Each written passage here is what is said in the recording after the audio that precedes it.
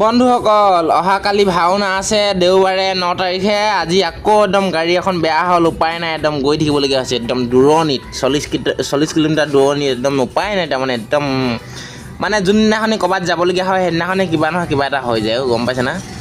একদম তাৰমানে উপায় নাই, গৈ আছোঁ আৰু গৈ আমি কি কৰিম তাৰমানে উপায় নাই আৰু। আজি ৰাতি গাড়ীখন তাৰমানে এনেকুৱাকৈ বেয়া হৈ থাকিলে সেই গাড়ীখন আনিব যাওঁ তাৰমানে। ৰাতিপুৱা 5টা বাজিব, আজি গোটেইটো হোৱা নহ'বই।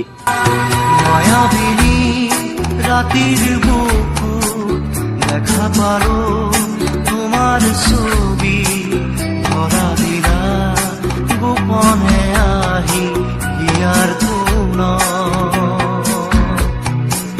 তুমি যে মোর শুকান মনত নিয়নরে চেঁচা তোপান নামি অহা রোদরে নৈ মোর দেহত প্ৰতিপুৱা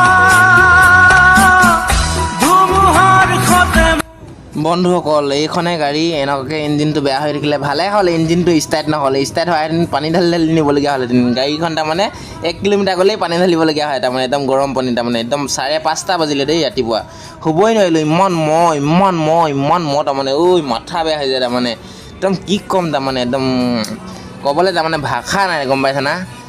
আকৌ গোটেই ৰাতি নুশুলোঁ, আজি দেওবাৰে আকৌ ভাওনা আছে, কি কৰিম কেনেকৈ যাম, তথাপিও যাব লাগিবই, ভাওনা চাবই লাগিব। বন্ধুসকল 5:30 বজাত একদম ৰানিং হৈ আছোঁ দেই, বাই একদম গৈ আছোঁ আৰু ভাওনা চাব লাগে, সোনকালে যাবলগীয়া হৈছে একদম। তাৰমানে ৰাতিটো শুবই নাপালোঁ, মহৰ কামুৰি, ইফালে মহ কামুৰে সিফালে ঠাইকৈ মাৰিবলগীয়া হয় তাৰমানে, একদম উপায় নাই তাৰমানে, গম পাইছে না। একদম এতিয়া পোহৰ হৈ গ'ল, আহি 40 কিলোমিটাৰ আহিবলগীয়া হৈছে ন। একদম 6টা বাজি গ'ল, একদম 1 ঘণ্টা লাগি গৈছে আৰু যাব আছেই। আৰু আজিলৈ এৰিলোঁ, বাই, ভাওনা চাব যাম, তেতিয়া লগ পাম।